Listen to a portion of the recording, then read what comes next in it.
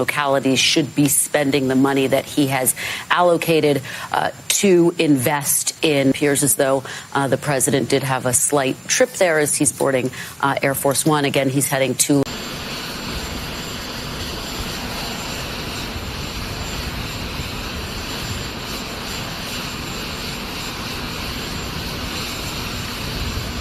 And I said, as you recall, with the first major bill we passed, we gave the states and localities billions of dollars to have, and encourage them to use it to hire police officers and reform the police department. Very few have done it. Give us a sense, if you will, about like sort of the larger message that this is sending from Mexico City, from these other leaders, as to what they think right now of the United States' influence in the region. The Summit of America has been held since 1994. The goal was kind of knit together the region, have more free trade, more partnerships. And what you're kind of seeing now is sort of a fracturing, I guess I would say. You're seeing China's growing influence in the region. You're seeing the U.S. struggling to just get leaders to show up for an event.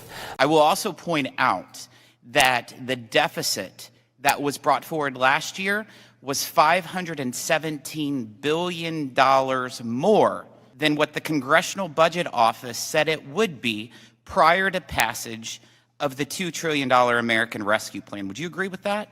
I'm not sure I understood quite the numbers you gave, but certainly the rescue plan did. The deficit last year ended up to be $517 billion more than what the Congressional Budget Office informed us would be prior to passage of the $2 trillion American Rescue Plan. You really don't think that ESG or to defund projects or the chill that it sort of cast in the last couple of years on the fossil fuel industry, you don't think that's had any effect on how much we've been producing? Because that was the stated intention. As you said, when it was working, everybody was taking credit for it. Ro Khanna at one point said, look how much they've cut back on fossil fuel production in Europe. Why can't we get the same type of cuts here? I mean, it just seems like now the left is in denial that there's been any pressure to leave fossil fuels in the ground. It is now a question of not if, but when gas prices in this country top $5 for the national average. Now, we are all too aware that gas prices have been climbing. This morning, we are looking at a national average of $4.95, and there is no sign of this slowing down. This really stings when you remember that 1 year ago, that average was around $3. Now, we're looking at 16 states that already have an average of $5 or more, with the top 5 most expensive states all here out west. The Southeast has the cheapest gas, with just 4 states under $4.50.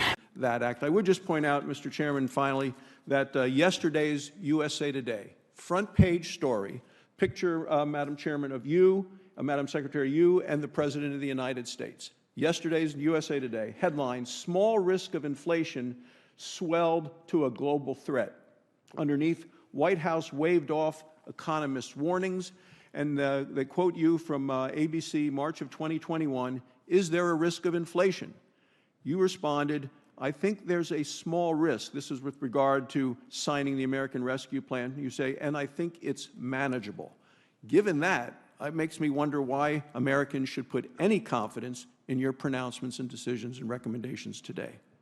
The economy, always a big deal in elections. It's the economy stupid, as they've said. How does it rank on the priority list for voters this fall? Yeah, and you could be stupid and still understand the economic state, you know, with jobs being up, but also gas prices being high and inflation being high. Look, the economy is the #1 issue. That's the deal. If you add up inflation, gas prices, and the economy as a whole, it's 48%. It far outruns anything else. 6% immigration, but the economy is going to dictate voting patterns this fall unless something drastically changes. And that's really good news for Republicans. Why is it good news for Republicans? Because in our last CNN poll, we asked views in the economy. Who are you closer to? Among registered voters, 51% said Republicans, just 31% said Democrats. So Republicans really liking this at this point because they're blaming the incumbent party. Democrats are claiming that Republicans are trying to raise taxes. Nothing could be further from the truth, when the reality is that as we speak, the Democrats are trying to negotiate a new massive plan that would raise taxes significantly.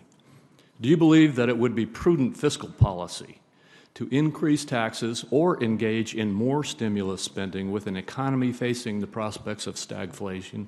I believe there's a lot that Congress can do to ease the cost burdens that households are experiencing.